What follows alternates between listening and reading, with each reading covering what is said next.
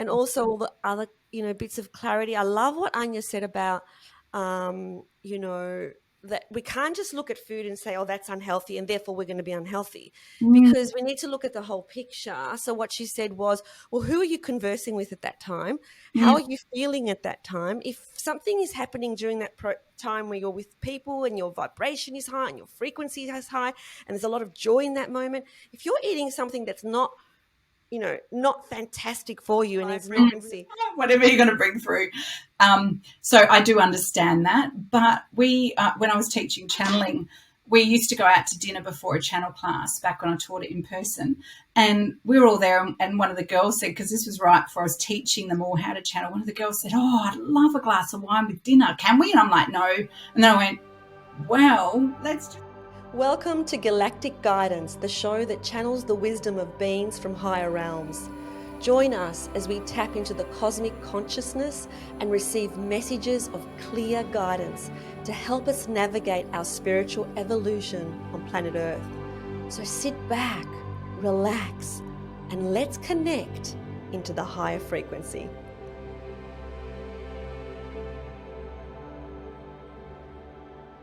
Hello everybody, this is Eleni, and in today's episode of Galactic Guidance we have our channel Lisa Brandis. Welcome, Lisa. Thank you. Very excited to be here as always. I look forward to our sessions. Yes. So Lisa, for those of you who haven't seen any other episodes, Lisa is a conscious channel of a higher dimensional being. So what that means is that whilst she's channeling, she's actually conscious of the conversation, and the higher dimensional being that she's channeling is called Anya. And so what happens from here is that Lisa gets herself into a state where she connects into Anya, and then we have a discussion with Anya. So whenever you're ready, Lisa, let's do it.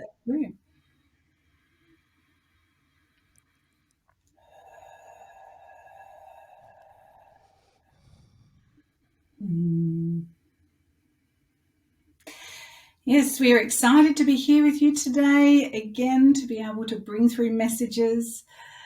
We're working with Lisa's energy as we just might need a little bit longer.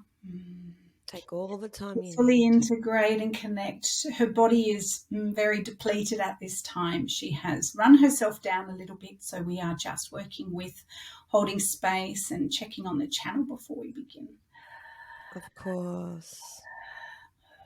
Of course.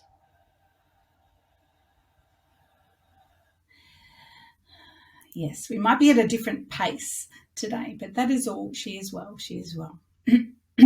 Beautiful. Thank you so much, Anya, for joining us today.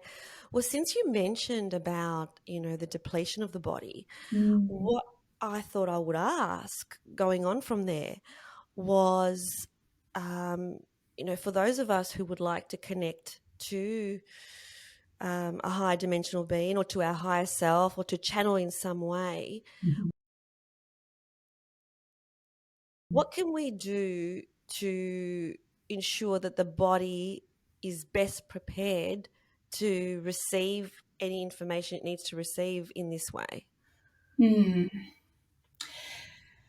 There are so many things that you can do in order to elevate consciousness and to prepare the body. Drinking water is very important, just to allow the body to settle into the experience of channeling. It takes time to understand the difference between bringing through soul energy, which is us, versus using your human energy, because in the beginning, when channels first start, they tend to operate more on the psychic energy as they're building, which can feel very depleting to the channel, versus bringing through our energy and allowing us to channel through the physical vessel rather than the physical vessel creating the channel, so to speak. So it's a real blending that takes place in order to allow for conscious channel. Yes. Mm-hmm. And so what else could we do? One thing you mentioned was drink lots of water. So what else can we do from a practical point of view to prepare the body? It is the same as looking after the physical form. We recommend, and we understand it is not always easy to achieve, but meditation is really good to settle the mind. You need a settled mind in order to bring through channeled wisdom and information, and in order for us to be able to connect. Rest is important. So sleep, getting adequate sleep is very important. We also recommend that in the beginning you do channeled sessions with support. So somebody or a small group that can hold the vibration. Therefore, it is not up to the one individual to hold the space in order to allow for the channel to take place. Also eating high vibrational foods. So foods of the plant variety, anything that has a high life force energy will also contribute to the health and the well-being of the human. And this is something that is recommended anyway, not just for channeling. Movement is important, getting the body moving, and also just finding different strategies and techniques to bring the human into a place of peace will open the receptivity. So it is important to look at all these different aspects, and we understand that it is difficult for the human to attain a pure sense. We cannot find a better word. The issue we see with humans is when they try to focus on all of the areas, it can be very consuming to the mind and put the mind into a state of stress. So that is almost counterintuitive to the health regime. So we always want to find a softness within the exercise, for instance, or a softness within the food. There is also something to be said of taste and enjoyment and pleasure, that when the human being is indulging in perhaps foods that might not ordinarily be recommended. So we look at Lisa's experience when she was recently in Bali, the conversation, the food that she was eating, the experience of the connection within the group, all contributed to a higher frequency and a higher vibration that overrode the necessity of the healing foods that may or may not have been present that she was digesting. Do you see? So when food is taken in a positive environment, that has a big impact as to the frequency that it is available for the body to digest. So it is difficult to talk about this subject without isolating different variants as to how the human consumes and how the human being can elevate consciousness through what they're absorbing and how they're taking it in. Okay, so what you're saying is you really have to look at the whole picture. So the whole picture is that we might be engaging in a really high vibrational activity, high frequency activity with lots of love and connection and an open heart. And that would override any kind of foods that may not be of the highest vibration in that time. So there's nothing that is standalone. You have to look at everything that you're doing. Are you having a lot of water? Are you having a lot of rest? Are you allowing high vibrational conversations into your life, or is it low vibration? Because I know that I have become more sensitive to different frequencies like I've never been before. As an example, yesterday I heard a friend talking to another friend on the phone, and she was on speakerphone, and the other friend on the other side was very angry. And immediately I thought to myself, I can't even talk to people like that, like they're that angry. Like it automatically felt very disconcerting to me and didn't feel comfortable. So what would you recommend that we could do to protect ourselves without alienating ourselves from energies that are not of the highest good for us? So, this is a process of understanding and integrating spirituality into the physical realm. So it is initially very startling when you have become acclimatized to a higher frequency, which operates on a love vibration, where it is about compassion and kindness and sensitivity. And then suddenly to be in a different frequency, you will feel the discord, and we want you to. It is positive for you to engage in and to feel and to be desensitized or sensitized to the negative experiences. As you mature as a healer, or as you mature in or grow in consciousness, have more of these experiences, you will come to an understanding that here is a situation or an opportunity for a light worker to make a difference. So when you can come out, we, from the spiritual perspective, do not judge. We do not feel discord, but we do not join them in it. So it is a different frequency where we see opportunity to bring light to the discord, when and only when the person is open to experiencing and receiving it. And sometimes we'll find the best decision that we can help our human counterpart to make is to walk and move in another direction. Sometimes it is literally not able to be received. We see this all the time with Lisa and her daughter, when she has gotten to a state of discontent that she can't access the higher, lighter frequencies, so that where there would be an opportunity to bring light through in order to calm and settle, from the human counterpart, she can go beyond that receptivity and therefore have to take time out on her own to decompress. When she's decompressed from that anger state, then she's able to come back in and we can have an influence through Lisa as a channel, as an example. So it is good, and it is part of the healing journey to start to really feel that we're treading around this gently, because initially it feels to humans as judgment, as that is not the behavior that I want to be around, therefore that is bad, because you have two distinct separate experiences, yes, where you have one where there is a loving and a tenderness and a nurturing of another human being, and then you have this other experience where it is a tearing down and a berating and a belittling and just a totally different experience. So it is very easy for the human learning to go into judgment and go, one is right, one is bad, one is good, one is better. You see, we understand that is the beginning of the humans deciphering the differences, but as you get to have more and more of these encounters, you understand that it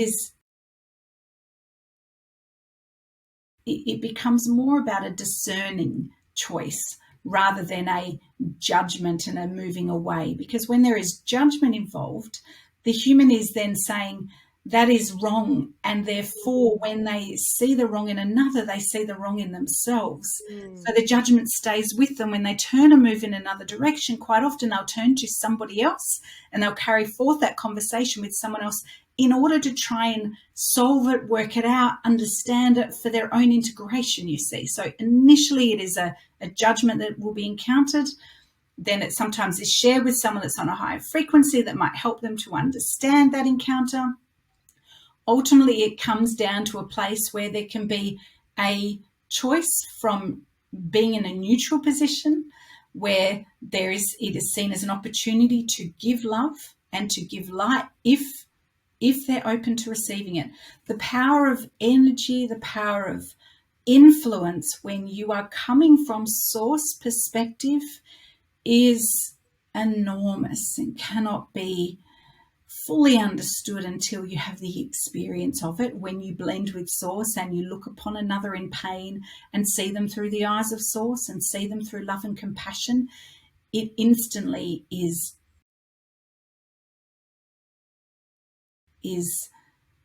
changing their state. Yes. And when you have matured to the point of being able to see them through the eyes of source, therefore then you are able to have an influence upon them through blending with the soul, your higher self, your guides, us, and being able to direct that influence upon another as you do in your hypnotherapy work, you see. So it is when we're able to step back and take that different vantage point, there is able to be a higher influence, yes. But it is also, we also understand that when seen in this way, there is no need for protection, because it is about the need for protection comes when one human is feeling or taking the responsibility on of another When there is Mm. no responsibility held other than your own energy and your own responsibility to your frequency, then others can choose as they please. Therefore, it becomes an Mm. interesting experience rather than one of right or wrong, or they should or they shouldn't. Yeah. Does this sound? Yeah. So what I'm hearing is that, if you're around people that are holding the frequency of anger or the frequency of fear or the frequency of drama or the frequency of stress, our job is not to judge them.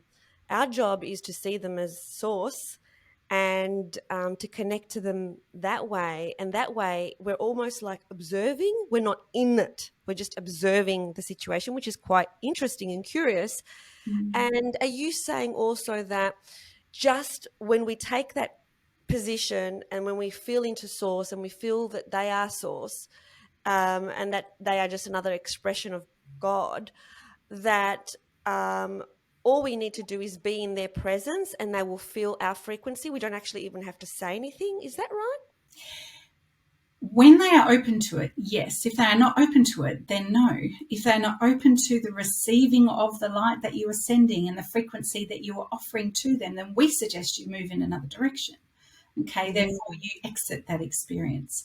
You close down that conversation, however that feels right for you to do so, because there are times when humans are not open to seeing another perspective. They are not open to receiving healing energy. They're not open to receiving light because Mm. for whatever reason, they gain power in their drama. So therefore they're choosing that drama and they don't want to be taken out of it. So this is when the ego is in full form and they have gained perhaps a lifetime of experiences of engaging in this way with others, where they take power from others through this manipulative behavior.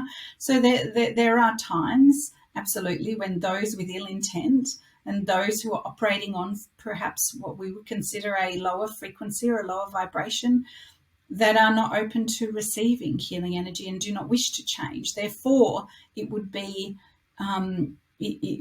we would recommend that the healer, get out of that situation however they can, or disengage, or just be in a listening. This is where healing energy can come in and be very effective, because it can shut down conversation when someone is in a very negative space and they're just reinforcing their position and looking for energy to do so.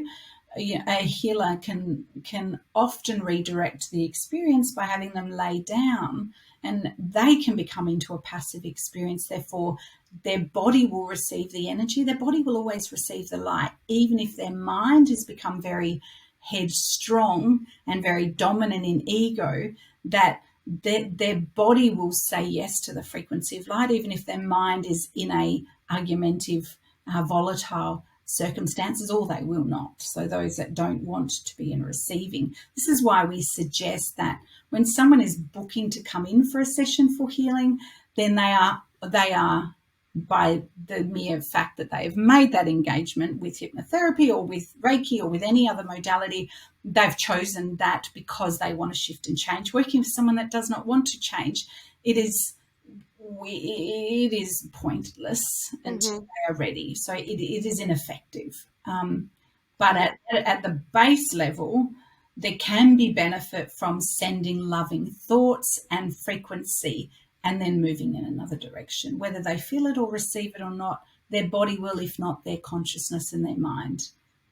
Beautiful. They have to be receptive. We can't push Yes. any kind of agenda on anybody, because the number one law, the universal law, is the universal law of free will. Yes. So we need to allow people to do their own thing and live their own journey. And if they're open, only then we can come in as a light to shine our light towards them. And even then, when we're feeling we're shining light, it could be the spiritual ego that is actually shining light, and not the actual soul. So it all goes back to intention. What's our intention for that person? It's not about us being better or us knowing more. It's about really, do the best intention for whoever we're with at that time. Yeah. And the ego, the spiritual ego, is the soul, which we would Mm-hmm. like to reframe a little bit here. if it is the ego and the personality has loving intentions, and the personality has the feeling that they are vibrating light and able to share that light and frequency with another, we do not understand the Mm-hmm. the distinction between the ego and the soul. They are one and the same. So therefore, from our knowing and our perspective, the ego and the personality that is in alignment with source and feeling positive emotion and feeling an engaged excitement about what they are offering to the other human being, whether it is seen through the personality perspective and felt through the human emotion that could be the contributor of all the life experiences that the human being has had in this lifetime, which is what we would consider the ego. Therefore, that is soul energy. So if it is a positive frequency felt by the human, regardless as to whether it is experienced or received by the other participant, it is soul energy. It is all one and the same from our vantage point. We just wanted Beautiful. to give you that Thank understanding. you. Thank you, Anya. Is there one last thing? It could be anything that you feel that at this point in time, the people listening and the audience Mm. on any topic at all at this moment need to hear? We would like to speak about the power of touch. It is such a simple thing. Spirituality made simple is what we are all about. We would like it to be many small moments, a million little moments where you are looking at different ways that you can connect not only with yourself, with your own physical form, with each other. The power of touch, just bringing your hand to your heart Mm. and just being in presence with yourself, and even to the mind that is in turmoil, to the part of you that is in despair, holding consciousness and just allowing and being present with oneself is such a profound, it creates such a profound space for healing when one does this for oneself. We understand not always easier to love another than to love oneself, and it is part of the human programming to date that nobody has been shown how to do this. So therefore they get so stuck in the outward expression Mm. rather than the outward turned back in. And if we could give you one simple exercise to do, it is just take a moment to be in the power of this now, as we are doing right now with you, Eleni, as you are feeling the heat of the hand on your heart and just bringing your awareness and appreciation to this physical form, no matter what shape or no matter what experience it's in. Lisa at the moment is experiencing a virus and shingles, and so even so it is more important that she take time and give space and love that beautiful body. The more love that can be brought into the physical form, the quicker it heals, yes, out of every experience. And it is also even, we wish to say from Lisa's vantage point, that even acknowledging her frustration at having to slow down and not work is about loving that part of her too. So we love all aspects of her in illness, also when she's in health, when she's vibrating high, when she's feeling soft and slow, as she and we are today. All of this human tapestry is rich with opportunity to bring love and to bring presence. And so on ending, yes, the power of touch, so simple. It almost to humans feels it is so easy to do, therefore is it enough? We say yes, yes, yes, spirituality is easy. It's inbuilt into the human physical form. Therefore, nurturing and loving and bringing through light, we've never not been with you. Every human being has a connection to their counterpart, to the soul. It is just the conscious mind has not been consciously aware of the connection, yet it is there anyway. This makes sense. Beautiful. Thank you so much for that, Anya. So appreciate you being here today. It is our pleasure. Namaste. Namaste.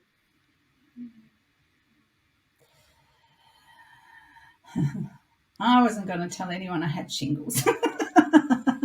I thought about that. telling anyone. I'm not telling anyone I'm sick. I'm just going to go in and go, I'm high vibing. And then when I brought her through, I'm like, oh, this feels so much slower than usual. Oh no, but she gave it away. Fine. Gave it away basically to show your human side that, that you've just come back from a very big upgrade, I Yeah, would say. there was huge. We had a massive healing day, and I had a huge physical, almost like a physical body anxiety, and it lasted about 3 hours. And it was right on the full moon, so there was a massive galactic opening and just a huge shift. But I couldn't normally when you're shifting things, you're Mm-hmm. aware of some kind of movement, or your mind can understand, or you feel a sadness. This was like a whole body anxiety. That's the only way I could describe it. But Mm. couldn't do anything about it. And then I just literally got back to my hotel room and crashed and slept for like an hour and a half, and then woke up and I was fine. It was so bizarre. It was on that Wow. full moon. So I've since read that there's gateways open to Pleiadian energy, and there's all kinds of Right, right. interesting things happening. I found out Anya is Pleiadian. Did she say Okay. to you? She told me. No, she didn't tell me that. Told So me. that's interesting. So that means if she is, then you're likely that's your background because she's your soul family. She's your mentor. Yeah. Yeah. So it's likely that you are too. Mm. So interesting. You said that I wasn't going to tell anybody that I had shingles. So if you really didn't want to say that, you could have put up a wall, couldn't you? But you just decided to let that through. Yeah, I knew it was coming through as it was like, because I get the thought she's going to say like instantly before it comes out of my mouth. So I would have had to have interrupted the channel to do it. And I'm always like, oh, well, if it's going to help someone, and my human experience is just as much, Yeah. me as a channel is just as important as what Anya has to say. So if it's important for someone out there to know that, yes, 20 years on, I'm still very human, still have an ego, still get sick, it doesn't, Yeah. we're still operating in this very physical human form, then I think, yeah, I trust her. She would never say anything that would be detrimental to me on a personal level. So there is this, and that's 10 years of channeling with her. So would I have in the beginning? No way. That's why I never did it publicly. So I was very, very protective of myself and my ego, and didn't want to be seen in a bad light. So I was always worried about how others were perceiving me. And I think that's because over time I've learned a level of self-love and acceptance that without having that, I don't think you could put yourself out in the public way, because you have to have a solid understanding of who you are. So then if criticism comes, and I'm sure it will, I'm expecting it, then I'll be okay with it. I might not. I'll be okay. I'll survive it. Exactly. So do you always feel her presence around you? No. And I remember you saying when we first worked, like, oh my God, I've been talking to her all the time. And I think in the beginning I did, when it was all, I first connected with my guides when I first learned Reiki. So it would have been probably a year after I learned Reiki. So I'm 19 years now. So in the beginning, yeah, I would chat to her. I went through a period of time where I literally I quit my full-time job, and this was back in my early 20s. My mum hit the roof because she's like, what are you doing? I'm like, I'm going to be a healer. And she's like, what about the money and paying the bills? And I literally retreated. I got rid of all my friends. If anyone was a little bit, I was sitting in kind of, I'm superior, I'm a healer, and I want to, basically I spent more time with spirit, more time reading spiritual books, and I just didn't have any interest in people. And I did that for probably, I'd say, a couple of years, where I became like a spiritual snob. Mm. And That's then what I was talking about, the spiritual ego. and then I had a baby, and life brought me back down to earth, because I was living with my head in the clouds, so to I think speak. our children do that. Oh They my bring us back down to earth. I know that my God, son has done that with me. yeah, it was going to be like when my baby comes through the birth canal, it's going to be like experiencing this oneness and this God and this. And anyway, it could not have been further from that. It was an emergency cesarean. It was 9 hours, not years, 9 hours of intense induced labour. Yeah. No pain relief. It was, and then literally she got stuck and I had to have an emergency cesarean, and then we got separated at birth. So it was like just a holy shit. Sorry if I Yeah. Welcome welcome to to planet Earth. Yes. So I love one of the topics that she talked about, which she brought up, which was the power of touch. it. And like it's always been so important to me. Yeah, Touch is so important to me. languages. Yeah, it's Yeah. very, very important to me. And it's funny when you touch someone and they're not accustomed to it. They almost like you know, they're a bit shocked with the touch. But you know what? That shouldn't stop us from occasionally touching somebody on the shoulder. I know that I do that always with, people on the street who are living on the street. Rather than just giving them money, I make a point of going down, to their level because they're sitting on the pavement and Mm. actually touching them. And Oh, they God, do so beautiful. appreciate it. I think it's important that they feel seen. And that's not just for homeless people. We need to do that with as much as possible. We need to connect. So that was a beautiful message. Yeah, especially the elderly and the sick. When you think the only time they're being touched is if they're being probed or prodded or given needles, or when they're in the hospital, if touch then is associated with a painful experience or a fearful experience, the benefit of, and we'll talk from obviously from a healer perspective, is the benefit of a Reiki healer in that environment, where they can just bring in positive touch that's nurturing and loving. It just creates such a powerful change because it changes the whole emotional state of the human being. So therefore, when they're in that healing state and they're feeling positive, and having positive experiences, their body can just heal because they're just out of that stress state. Totally, totally. I've Mm. got friends over from Melbourne who are staying with me, and it's my friend of 43 years. We've been friends since year seven. Oh, that's so. And she's come with her son. Her son's 30 years old and he's autistic. Yes. And he was telling me how he loves full body massages. And I said, good on you. Well So done. I, He said, as soon as he goes Michael's his name. As soon as he goes back to Melbourne, he's yeah. going to get a full body massage. And his mum was saying, he spends so much, he earns so little amount of money and he spends it all on massages. And I said, that's fantastic. The power of touch, like he's getting touched all over his body in a real, beneficial way. Is there anything better? And is there any better way to spend his money that he's That's earning? a great, especially for autism, because they can usually be highly sensitized. So he's obviously got someone that massages him in a way that he really likes and it helps settle him. That's Yeah. fantastic. Yeah. Yeah. It's fantastic, and we can't I underestimate love it. So massages.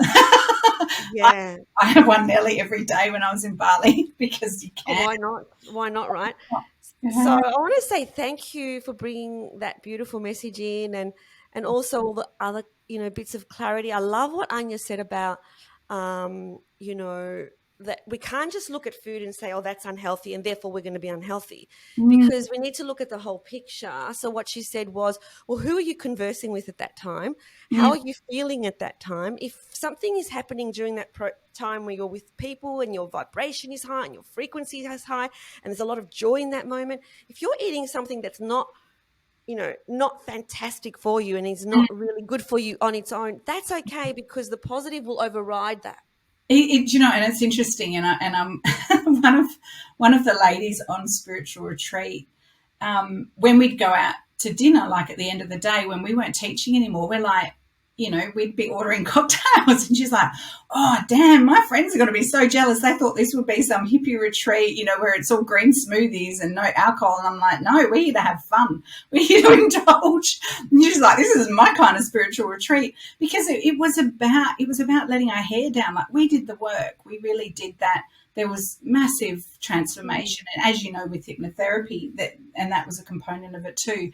When we go in and do that deep work, to be able to decompress at the end of the day and laugh and experience, like, no one overindulged. We might have had one or two cocktails, it was, but to me, I kind of tested early on my spiritual teacher, and she probably would hate me saying this, so I won't say her name, but she's like, don't mix spirit with spirit.